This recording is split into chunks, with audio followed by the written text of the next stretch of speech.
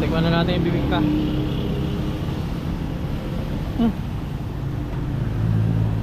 Ha! Yo, what's up, what's up? Nandito tayo ngayon sa San Nicolas. Yan, San Pablo. So napahinto kami, bumili kami ng bibingka. Yan, Solong Quezon Babies, the original special bibingka. Yan. Tignan natin gaano kasarap. Ano yan? Hindi, dyan din yan niluluto. Yan guys. Guys, 15 pesos lang. Ito ay bagong luto pa. Yan si kuya, oh. Traditional na paggawa ng bibingka. Kuya, matagal na kayo dito, kuya? Dito po sa Pwestuhan eh. Sa Pwestuhan.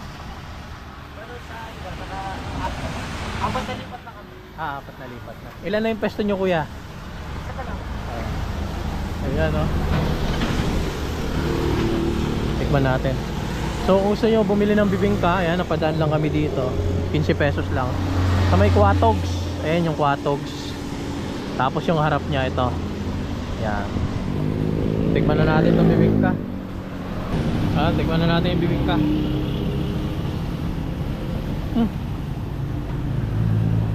Ha!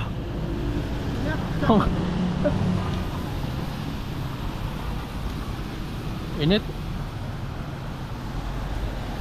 Bagong hango lang. Bay, masarap. Sarap na bibingka rito.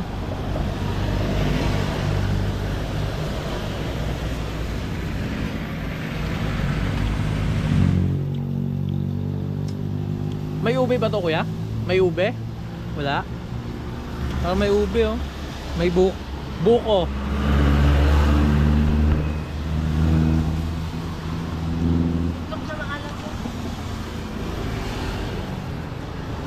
Ano tong kulay pula, kuya? Itlog na pula. So ang sangkap nito, nyog, itlog na pula, may cheese, may buko. Yan, oh. Sarap.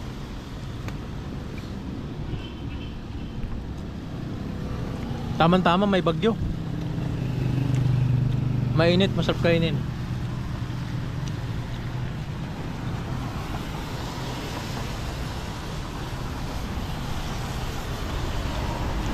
Yan.